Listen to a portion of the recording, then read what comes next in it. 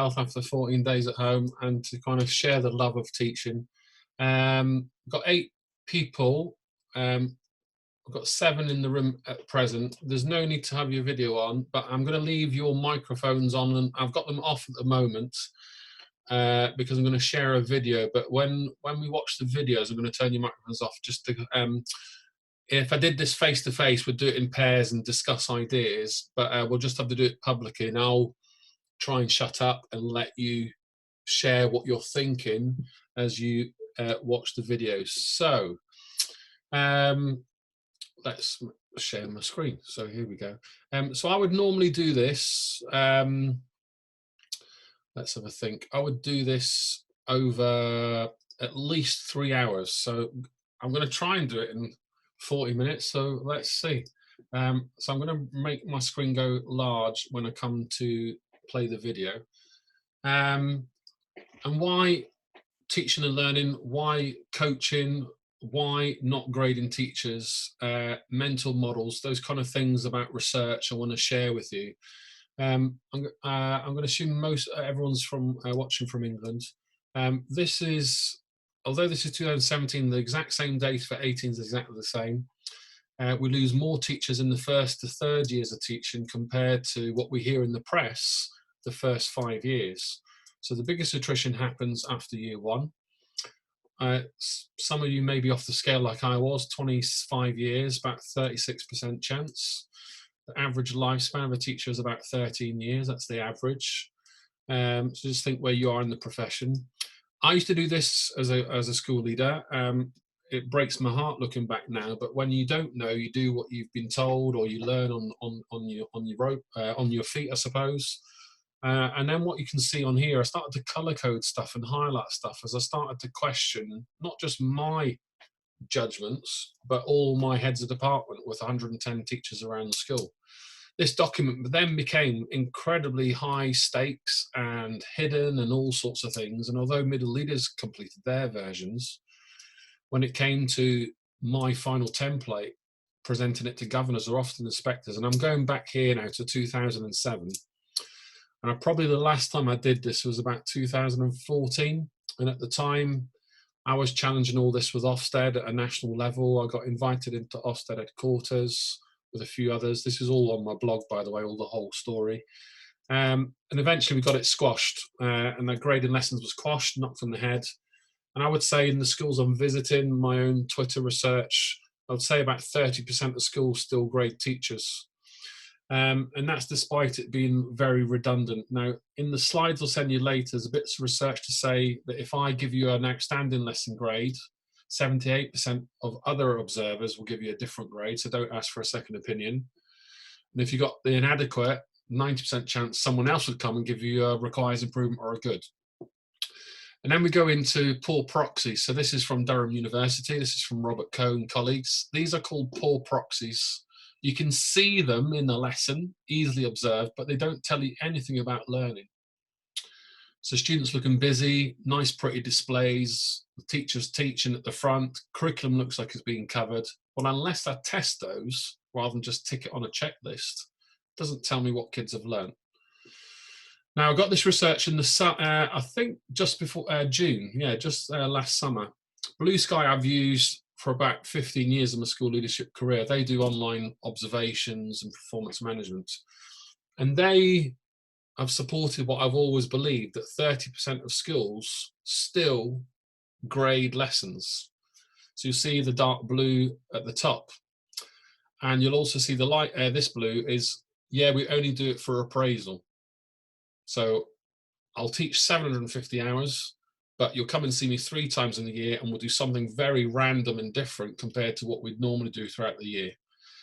Where the vast majority of schools have abolished this. So I often say on my travels, don't work in a school that grades lessons. It's just silly science. There's loads more in there. I won't go through it all, but the kind of processes used to gather evidence, learning walks are just part of it. And on the note of learning walks, my now provocation when I'm in front of a room of school leaders is I say they're a waste of time. Don't waste your energy, don't do them. And that's often what's called cognitive dissonance. It's very hard to hear that. And I think I must have done tens of thousands of learning walks in my career, popping into 110 classroom teachers every day around a secondary school. How they carry out observations, there's tons of stuff in here, but essentially the message I'm getting to is there's no point observing a teacher if it improves my performance as an observer, but not the teacher. So I often think all the formal observations, I'll dance to your checklist if it saves me from losing my job. I'll dance to the checklist to fit in with a whole school policy, even though a teaching and learning policy is not statutory. And I agree we have to have a common hymn sheet that we have to sing to so the kids get the same vision, values, teaching mantra, but I should be allowed to adapt on my feet to teach in the way that best suits me and my subject. Learning walks I don't think are purposeful. I think they're a waste of time, and rarely do teachers get personalised feedback from them. So I guess the question I ask is, who gains the most? It's often the observer. So how can we train all teachers to be better at observing one another, whether you're a school leader and it's your responsibility, or I'm just a teacher, I don't have time, but I'm always popping in and out of other teachers in my department and I see them teach, but how can I do it reliably? Now I'm going to introduce you to a technique that I only discovered 2 years ago doing my doctoral degree at Cambridge, thinking about valid and reliable methods for evaluating teaching and learning compared to the checklists that we all use in our schools that we design because we're time poor. We often use the Ofsted framework, we regurgitate it into our old school version, and we go off and test it in 30 minutes or 60-minute lesson observations. So I'm going to introduce you to a process called unstructured, semi-structured, and structured, and I'm going to show you a video. What I would like you to do is just on a blank bit of paper, could you just scribble, blank bit of paper, the first observation, you're just going to write random notes while you watch. I'm going to show you a video for 4 minutes. I'm really hoping this will work online. So I'm going to bring your microphones on just so you can tell me if it's not working. In fact, I'll do it on the chat box because I'm just conscious of feedback through the video loop. So I'll bring the chat box in while you're doodling that page. And I want you on observation 2, when we show you another video twice, on this side, you're going to write teacher. On that side, you're going to write pupils. And then underneath, you're going to record what happens. Okay. In this area, you're going to have teacher and pupils again, but I'll explain that as we go through. So the first one, we're just going to look at the whole lesson. I'm just going to put the chat box on the screen. I'm just going to write hello. Make sure you can see that. So just give me a hello. Where are you watching from? Where are you sitting? At home, at school? Give me a location. Hi, I'm Ross from North London. Okay, Paul, West London. Sue, Kent. Okay, Yorkshire. Beautiful. Okay. Right, great. And County Antrim, thank you. Right. So here's my question. How good are you rhetorically? How good are your observations? Okay. Are when you go and observe another teacher, despite what experience you've got, are they reliable judgments? And I guess the key question is, do your judgments improve the teacher? Okay.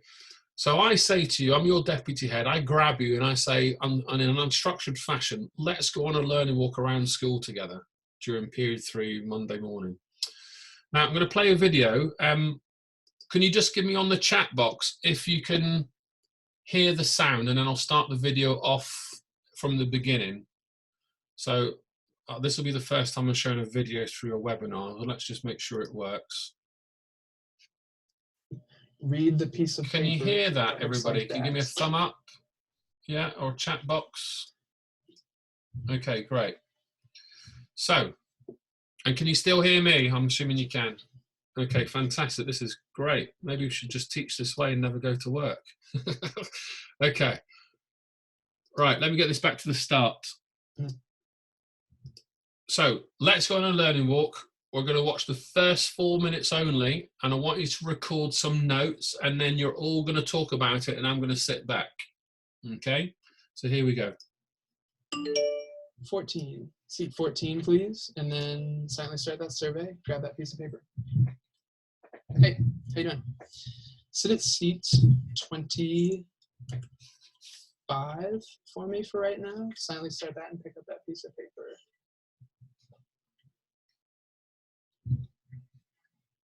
Period 3, I see you silently starting your survey. That's the expectation. Hi, good to see you. Sit in seat 26, please, which is like by the projector screen. Period 3, I look around and I see people silently working on that survey. Good. Hey, can you please sit in seat 4 with the 4 on the back of it and silently start your survey and grab that piece of paper too. Hi, Luis. Good to see you. Luis, sit at seat 7 and silently start your survey. Hi, good to see you. Sit at seat 18, right behind Christina. 7. Young man, what's your name? Giovanni? Giovanni, come back. Hi, good to see you, Relly. Relly, I want you to sit at seat 15. It's got the 15 on the back of it, and here's your survey. Giovanni, I know you were probably talking about your seat, but you can't even whisper about that. So that's your verbal warning. Okay, go to your seat and silently start your work.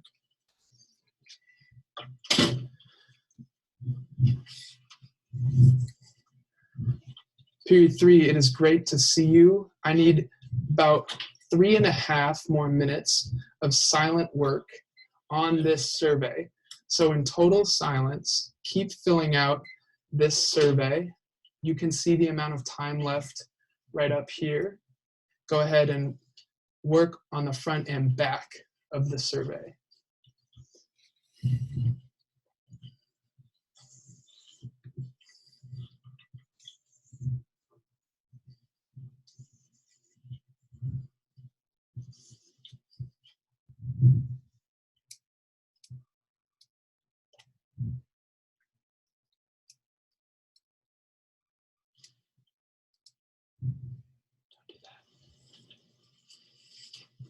That's okay. That's fine. Hi, Robert.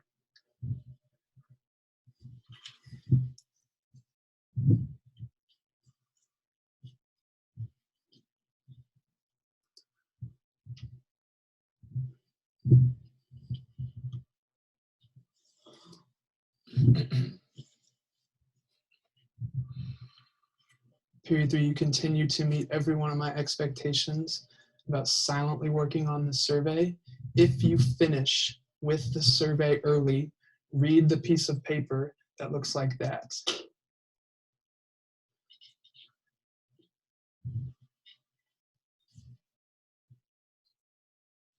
Okay, about 30 seconds left.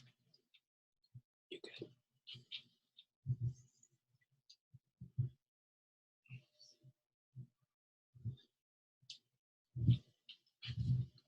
Are you done with the survey yet? This has happened before. Go ahead and start on this for right now, okay? It's not a problem.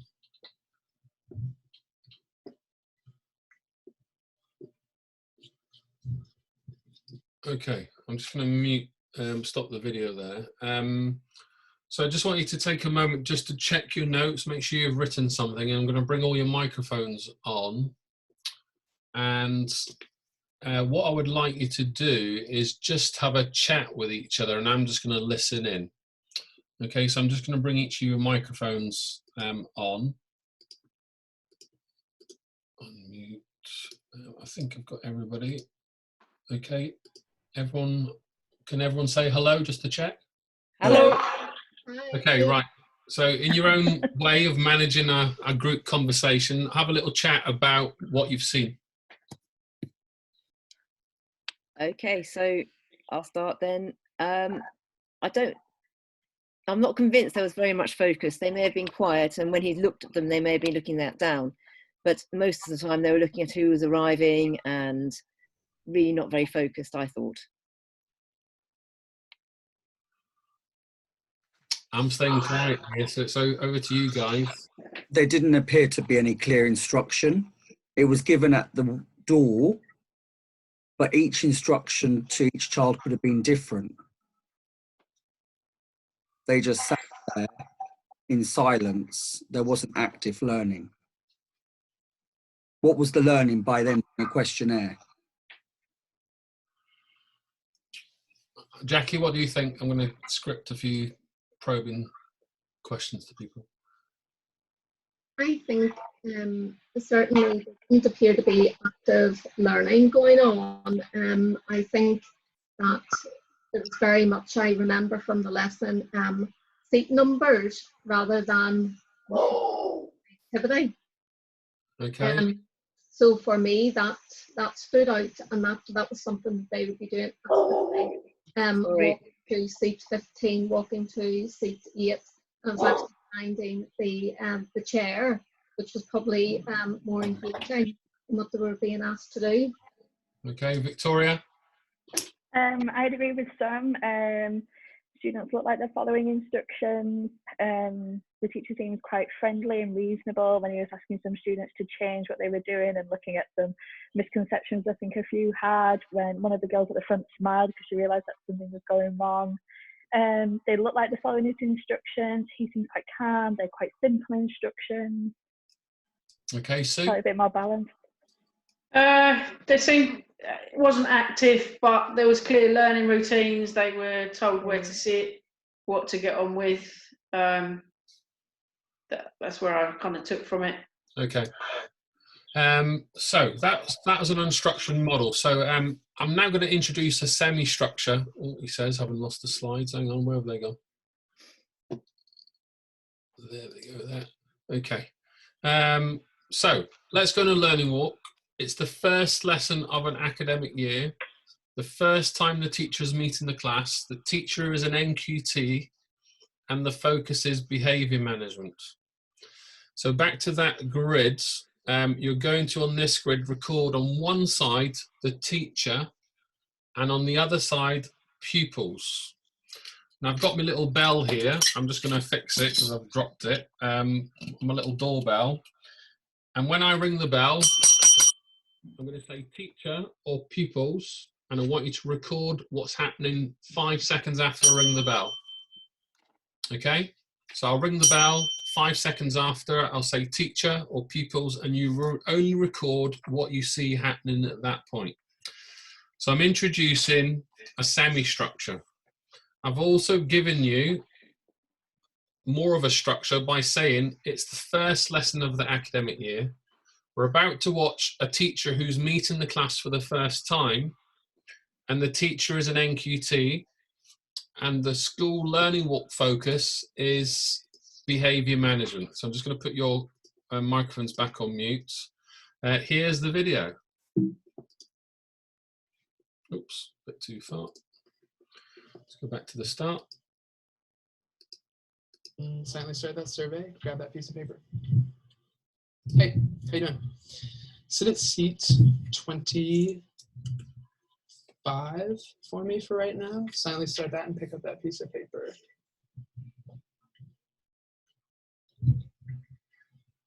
Period 3, I see you silently starting your survey. That's the expectation. Hi, good to see you. Sit in seat 26, please, which is like by the projector screen. Period 3, I look around and I see people silently working on that survey. Good. Hey. Can you please sit in seat 4 with the 4 on the back of it and silently start your survey and grab that piece of paper too. Hi, Luis. Good to see you. Luis, sit at seat 7 and silently start your survey. Hi, good to see you. Sit at seat 18, right behind Christina. Pupils. 7. Pupils. Young man, what's your name? Giovanni? Giovanni, come back. Hi, good to see you, Relly. Relly, I want you to sit at seat 15. It's got the 15 on the back of it. And here's your survey. Giovanni, I know you were probably talking about your seat, but you can't even whisper about that. So that's your verbal warning. Okay. Go to your seat and silently start your work.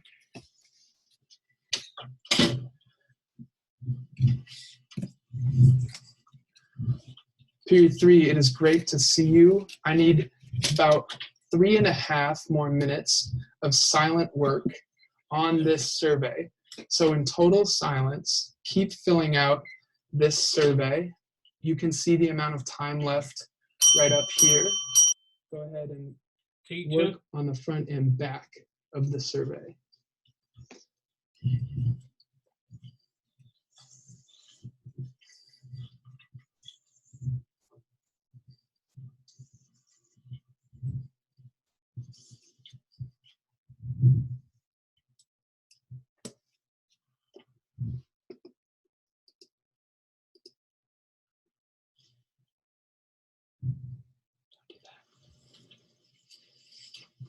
That's okay. That's fine. Hi, Robert.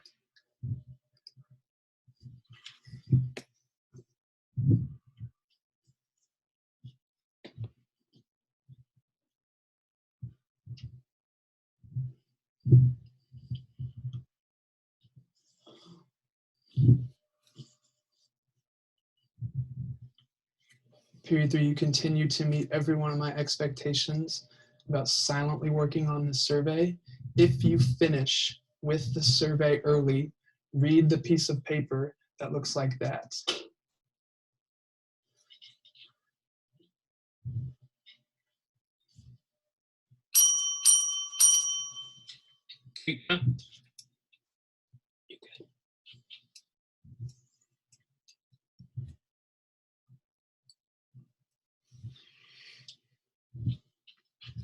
So I'm going to mute the video. I'm going to bring your microphones back online. And as I would in a face-to-face session, I'll stand back and I now ask you to talk amongst it, amongst yourselves. So if I just pause the video. So over to you. I think that that explains very well that we have to have a good understanding of context, and it was because we knew what the focus was, behaviour management. It was a very successful outcome. Yeah, I agree. I think you could actually see, they've been set boundaries, or they've been told maybe to put them in seating plans, to follow through with the expectations, and starting the class right from the start, setting your expectations at the beginning of the lesson, tell them and explain what you want them to do and follow through. And he was doing that. I think the fact that it was the first lesson of a series, the first time he's met them, I think it was. He's presumably, this could be a questionnaire to find out where they stand at this point in their learning for his future planning. And yeah, I agree, for their prior learning, just to find out. Okay, Paul, and then Vicky. It was calm. It was established. There was eye contact. For the first lesson, I thought that was a very good class. I thought it was a very good observation. I would be pleased if that happened in my own class. I saw that QT in my school. The context, as our first participant said, very different second time round. Okay, Victoria? Yeah, I completely agree. I mean, the students were all really on board. When he had to speak to Giovanni about the instructions or something, he goes in and he does actually sit down and does his tours. Yeah, we're quite cruel to begin with, aren't we? Yeah. So think of those two models we've just seen. You're probably doing those still in your schools. You're either popping into a lesson with no structure, and I don't see there's any harm in, good morning, Mr. McGill, how are you? Is the projector working? Nice to see you kids. Ross, can you do your tie-up, please? There's nothing wrong with that. But it's when I go in to evaluate quality teaching is the issue. Version 2, so version 1, without upsetting you all online, you were all a bit critical of the teacher. And I suspect he probably wouldn't want you back in his classroom. Version 2, you all said lovely things because you now understood he was an NQT. But if I'm honest, none of those lovely comments are going to make him a better teacher. So still no good. So the current models we use are not very effective or reliable. So luckily, through the power of technology, we can make you better observers. So back to the script, you've got that template now. In underneath where I've got the 3 crosses by teacher, could you write teacher again? So just draw a little box. I'm going to ring the bell 3 times, so you need 3 rows underneath. But on the right hand side, instead of pupils, could you write pupil? Or for the benefit of the audio, let's just say the word Sarah. Let's just write the girl's name, Sarah. Okay, so I'm going to introduce structure. I'm going to be very rigid about what you're going to test. I'm going to ring the bell 3 times. I'm going to get you to look at the student twice and the teacher once. And then for more accuracy, we're going to go back to your first recording of the student, and you're all going to talk about what happened in that moment, because I want to try and make sure that you all agree with each other rather than you've all got different answers. I want you to all see the same thing. So let's take it a bit further. I'm going to turn your microphones off. Just give me a second to just do a bit of admin, just to not upset the audio recording. Okay, and you can watch this back later and share it with your colleagues. So we've done unstructured, we've done structured, I've given you context. Now we're going to go and take it a bit further. Let's go on a learning walk.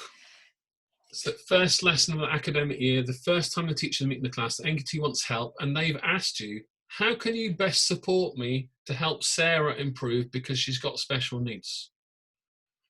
Okay, so the teachers asked the question and they've asked for support and they've narrowed it down to a student. So in the video, we're going to look at Sarah. I've made this girl's name up and she's sitting here. Can you see my mouse? Okay, so we're going to watch her. There's the time stamps. We're going to do the first 3 only. And then we'll come back to one of those and we'll just check that we've all said the same thing. Okay, so get recording. Here we go. Silently start that survey. Grab that piece of paper. Hey, how you doing? Sit at seat 25 for me for right now. Silently start that and pick up that piece of paper.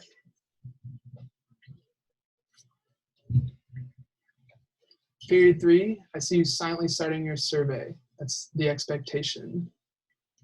Hi, good to see you. Sit in seat 26, please, which is like by the projector screen. Period 3, I look around and I see people silently working on that survey. Good. Hey. Can you please sit in seat 4 with the 4 on the back of it and silently start your survey and grab that piece of paper too. Hi, Luis. Good to see you. Luis, sit at seat 7 and silently start your survey. Hi, good to see you. Sit at seat 18, right behind Christina. Okay, here we go. So I want you to ignore Giovanni, ignore him. Young man, what's your name? Giovanni? Giovanni, come back. Hi, good to see you, Relly. Relly, I want you to sit at seat Sarah. 15. It's got the 15 on the back of it. And here's your survey. Giovanni, I know you were probably talking about your seat, but you can't even whisper about that. So that's your verbal warning. Okay, go to your seat and silently start your work.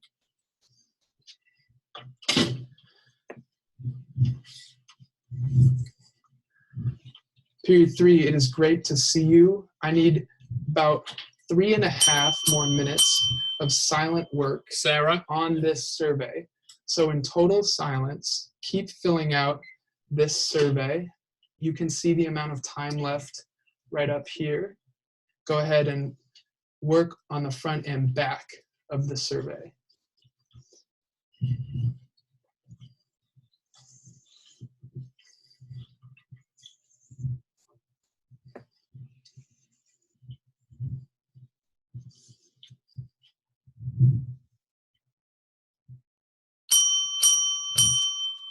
teacher.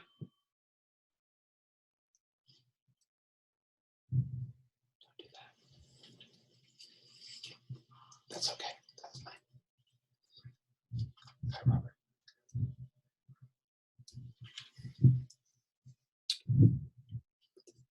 Okay, so I'll pause the video there. I'm going to bring your microphones back on. So just take a moment to make sure you got those 3 episodes. So the times are on the screen. 1:26 after Giovanni. 2 minutes Sir's at the front. 2 minutes 30. He talks to the student. Okay, over to you. I'll step back. Let's start with you, Paul. What do you think? It's 18 or The first episode, she looks lost. She appears lost, looking around the class. She looks at her pen, but her pen doesn't go to paper, and she doesn't actually write anything. She sat there, but she's lost. There's no clear instruction. She's forgotten, or she can't remember what apparently has to do when the teacher told her at the beginning near the door. Okay, Victoria? I disagree. I do think she knows what to do. I just think she's struggling with the instructions on the front because she kind of keeps flipping, doesn't she, as she goes through.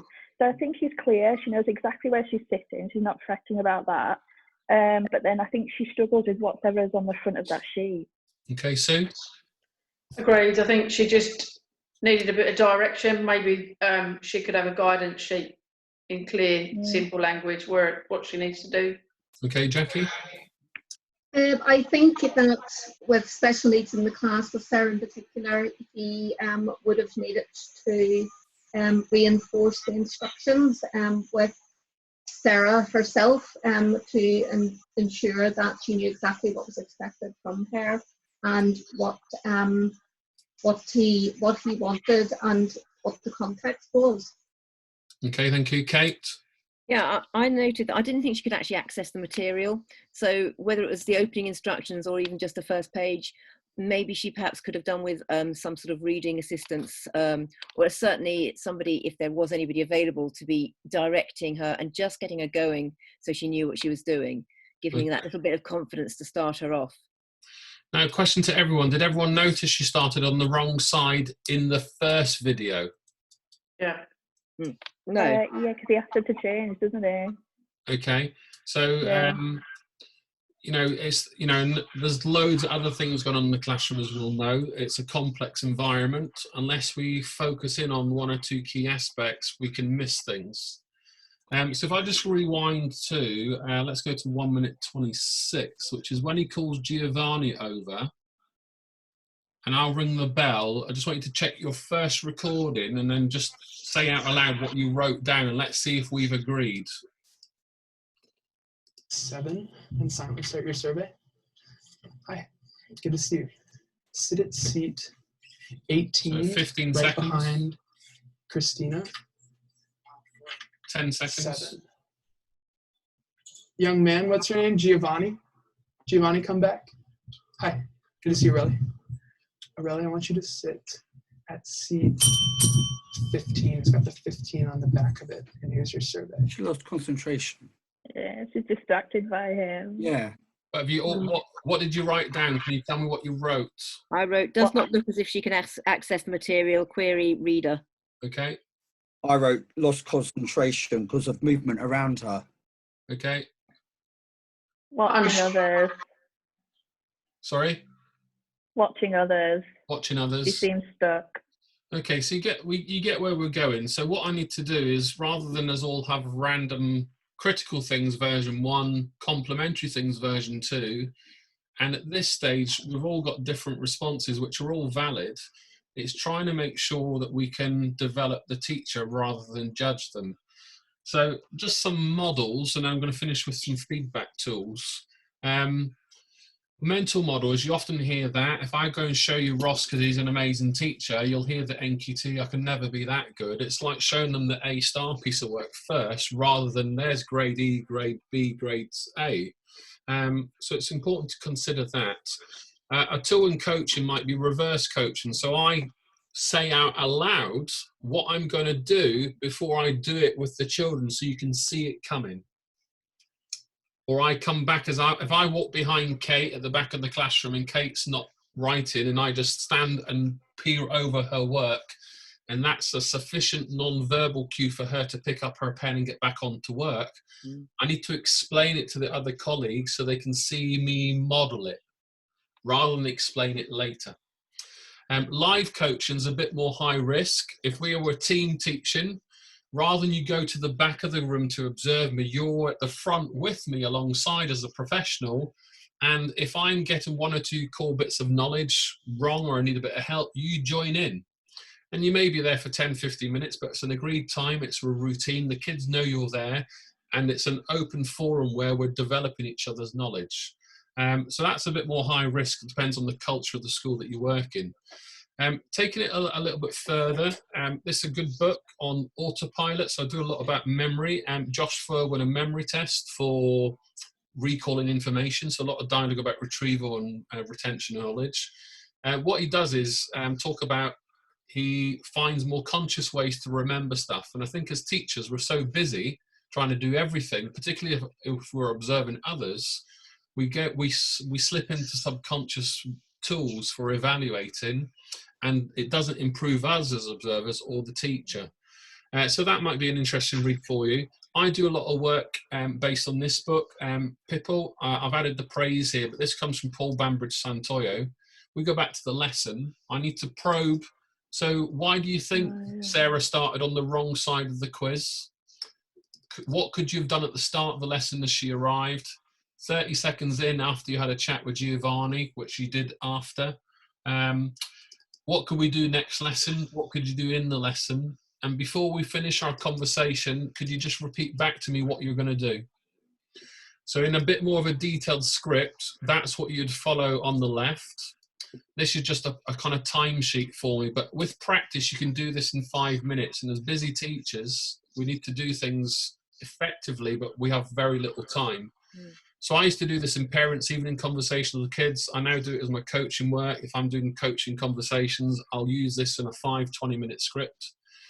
And if I came to see the teacher in the lesson, I came back to watch him again, I could say, well, that's working really well. You tried this last week. Let's talk about what we're now seeing as the issue. And I start to ask, probing questions. I then identify 2 or 3 options. I then narrow it down to 1 or 2 things that he could do straight away in or next lesson. We plan a timeline. Next lesson, the next half term, you're going to practice for 6 weeks. I'll come back and see. Whatever it would take, I'll ask what are the risks of it not happening. How committed are you to doing this? Because it's your issue. I'm just helping support you rather than it become my problem. And before you go, just in case you don't do this, can you just repeat back to me what you're going to do? And then it's just an affirmation. It's a contract. Now, what I would normally do is I would get a mini whiteboard and I would write down any keywords and rub them out as we go through them. So it's tempering. Take a picture on your phone. Right, see you next week. Or I would get out my little coaching scale and I'd say, right, Kate, where are you with this issue? You can't choose 7. Are you a 6 or an 8? Why is it not a 5? What's the one thing we could do to get a 9? How long will it take? And that's a great third point of communication when it takes the heat off our eye contact. To finish off, this is a great little book called The Decision Book. There's 50 ideas in here. It's about a tenner. It was great. Look, I've blogged about 6 or 7 ideas on my site. If you give me criticism and you say, I like that about your teaching, what went well, even better if you taught it the way I would, then I'm going to still be a bit defensive and not open my door. And we often move away from formal observations, graded, formal learning walks, formal appraisal, and we still dance to this checklist, but actually it's rarely improving the teacher because there's so many things to do. If I was Usain Bolt, you'll see my sprint down the track, but actually what I've done for years with my coach is focus on how to take off the blocks, to dip for the line, what shoes to wear, how to do my laces, one thing at a time. And we need to go back to that conscious way of improving our teaching rather than objectives, keywords, smiley faces, all sorts of things. We need to really refine 1 or 2 things at a time. So the way to do it is to make suggestions. So when we talk about that third video and we look at the Sarah student, we need to start asking the right types of questions. How could you adapt your delivery when Sarah arrives so that she starts on the right side of the page of the survey. So some techniques I would give you to finish off would be these three. And I'm going to have the dash shortly because I've got a webinar with some teachers in Brazil in a moment. The miracle question is, imagine if Sarah started on the right side of the survey. Describe to me what you would have done.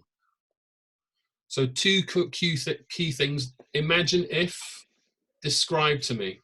If I can't describe it, then you know that I need a lot more support. If I can, you know that you can push me a bit further.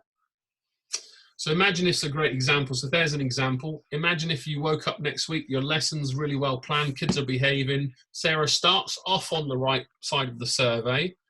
What would you notice? Describe to him what you would have done. What would your colleagues notice in the observation? Exceptions are when we narrow the focus. So like I did with you today, we watched the whole lesson, then we watched the teacher, we looked at certain times, then we watched a child. So here's another example. I want to improve the quality of relationships with the boys in my class. Okay, let's imagine it's the end of term. Relationships have improved. Describe to me what's now happening if relationships have improved. Exceptions are, right, so Sarah's out of the class. What would you do differently? She started on the right side of the survey this time. Describe to me those types of things. Narrowing the focus would include, tell me about it when it's better. Tell me about it when it's more manageable. So here's an example of an exception that's too broad. I say the boys never shut up. What you should say is, what all the boys, what they never shut up any lesson. Well, Ross and Paul do shut up sometimes, but on the Tuesday period one, they're a bit chatty. Well, what are you doing on the other lesson where they do shut up? So it's just finding lots of different parameters to find where things are currently working and where the person thinks they're not, because otherwise we get this broad sweeping statement. The last one is the scaling grid. So I just showed you that. It's this. Introduce the scale at the start and the end of the conversation. And it allows us to visualize one step of improvement. So I'm going to finish with this. I interviewed on my podcast Professor Tina Owen, and she has, the claim is the first bully-free school in America called the Alliance Way. And she said this thing that I haven't forgotten: when people know each other well, there is less opportunity for harm. And I think through simple coaching conversations, teachers will open their doors, and I can generally improve them by evaluating them in the right way. And if I can elicit them to ask a question, and I can test that as an experienced teacher, then there's more likely that I can improve their performance and continue to get them to open their doors. I'm going to signpost a couple of things on my blog, and then I'm going to have to dash everyone. If you type the word bias, hence the title of the webinar, you've got this green card, this chap here, and then this resource here. What they look like are, this is just me describing this in a blog, but you've seen the video version. The resource is this. What I would suggest is, when you put this on your classroom door, before I come into the classroom, you know what I'm working on. So it reduces your bias and you know how you can help me. So at the top, it's got, if I ask questions, I want Ross to stop calling out. That's my focus. So when you come in to observe me, that's what you test. Then at the bottom, you've got the kind of, how could I improve type questions as a coach. And then we all suffer from bias, myself included. I've just articulated lots of different types. These are kind of things we see in corridor conversations or around leadership tables or in departments when we don't agree with each other.